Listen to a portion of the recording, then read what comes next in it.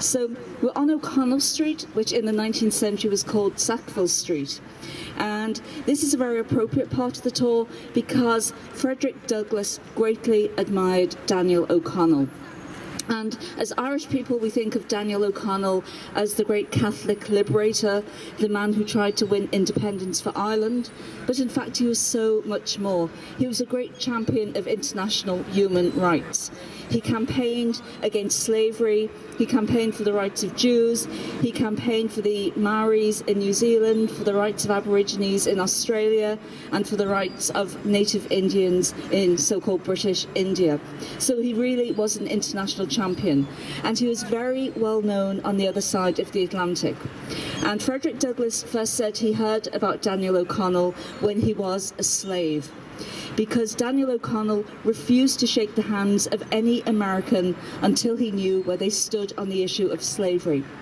And in 1838, the new American ambassador to England tried to shake Daniel O'Connell's hand, and O'Connell refused and said, "Sir, you are a slave breeder." The American ambassador was understandably furious and challenged O'Connell to a duel. O'Connell, who in his youth had fought a few duels, refused to fight, but this event reached newspapers throughout Britain, throughout Ireland, throughout America. It was even debated in the House of Congress in America. And Frederick said he heard his master saying, "I hate this interfering Irishman." And Frederick Douglass said, at that point, I knew if my master hated him, that I would love him. So when Frederick came to Ireland, he really wanted to meet O'Connell. And he achieved that on the 29th of September, 1845. Daniel O'Connell had been at his home in Kerry. He came back up to address a meeting at Conciliation Hall. You have some handouts. That's Daniel O'Connell, aged 70, the age when Frederick Douglass heard him speak. A little known fact about Daniel O'Connell was he was bald. In the days before, it was very fashionable to be bald. And he wore a wig. So not many people know that. But anyway, you do. The other side of that is the beautiful, beautiful building Conciliation Hall, which Daniel O'Connell raised money and built in 1843. It was just across from us, and you notice it's no longer there. So it's gone. But on that evening, Douglass made his way to hear the great liberator speak. And it was so crowded, he was at the back of the hall.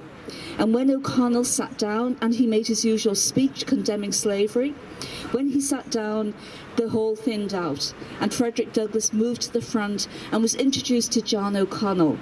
And John O'Connell said, "You must meet my father." And Daniel O'Connell said, "Wait, don't leave the hall yet. I have this young man from America I want to hear speak." And so Frederick Douglass got on stage of Conciliation Hall and he spoke next to his great hero.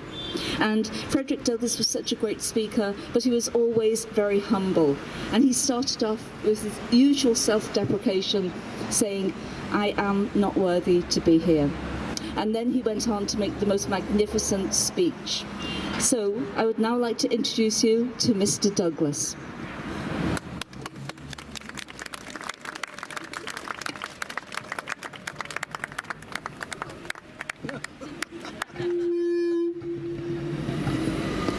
Ladies and gentlemen, and my noble host, having just heard a speech of such eloquence, such beauty, and such wisdom and wit, I now apologize for my own inadequacies as a speaker.